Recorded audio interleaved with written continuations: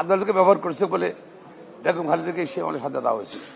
এবং যারা সাথে কারিগর ছিল এইসব মিথ্যা হামলার, বেগম খালেদার বিরুদ্ধে, তারেক রহমানের বিরুদ্ধে মিথ্যা হামলার কারিগর ছিল, ইঞ্জিনিয়ার ছিল, তারা তো পলাতক। এখন সাবেক প্রধানমন্ত্রী বিএনপি যারা বেগম খালেদার বিরুদ্ধে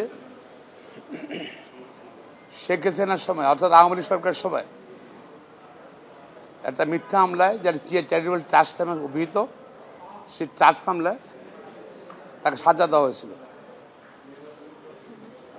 মহামান্য হাইকোর্ট সেমনে তাকে খালাস দিয়েছেন। পরবর্তী সরকার এবং দ্রুত আপিল করলো, সে আপিল সুযোগের জন্য ছিল। সেখানে আমাদের বক্তব্য ছিল এটা প্রাইভেট ট্রাস্ট এবং বিএনপি নিজস্ব টাকা দিয়ে, প্রাইভেট টাকা দিয়ে এই জমিটা কেনা হয়েছে ট্রাস্টের নামে। ব্যক্তিগত এটা কোনো নাথিং টু ডু। এবং সরকার কোনো টাকা ইনভলভ না, রাষ্ট্রের কোনো টাকা ইনভলভ না।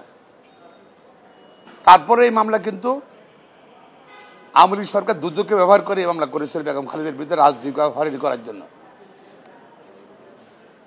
এবং সাক্ষীগণনা পর্যালোচনা করেছে, কোনো অপরাধ প্রমাণিত করতে পারেনি, যেটা হাইকোর্ট ডিভিশন উনি জাজমেন্টে বলেছেন। আবুল হোসেন সেই জাজমেন্টটা বহাল রাখছেন। অর্থাৎ বেগম খালেদার বিরুদ্ধে সরকার খালাসির বিরুদ্ধে সরকার এবং দুদক কর্তৃক দুটো আজকে আপিল করেছিল। দুটো মামলাতেই আপনার হাইকোর্টের আদেশ বহাল রাখছেন। বেগম খালেদার যে তাকে অ্যাকুইটাল দিয়েছে, খালাট দিয়েছে, সাজা বাতিল করেছে, সে বহাল রাখছে।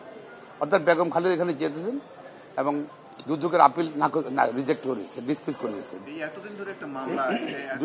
দুদক এবং সরকার আপিল ডিসমিস করেছে। জি শুনেন, যদি মামলাটা সত্য হতো, কারেক্ট হতো, তাহলে ট্রায়াল করতে এতদিন লাগতো না, বিচার করতে লাগতো। বিচার করতে অনেকদিন সময় নিচ্ছে, অনেকদিন সময় নিচ্ছে। মিথ্যা মামলা সাজাবে কি হবে?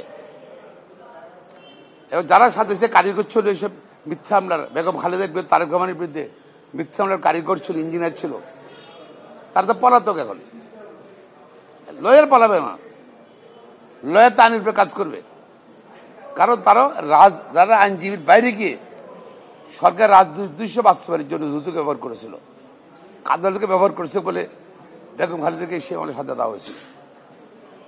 কিন্তু এখন হাইকোর্ট ডিভিশন আপিলে সে যেমন খালাস দিয়েছে এবং সুপ্রিম কোর্ট আপিল ডিভিশনের সেই খালাস হাতের বহাল রেখেছে। আমরা আল্লাহ তাআলার কৃতজ্ঞতা প্রকাশ করছি। বেগম খালেদা অ্যাটলিস্ট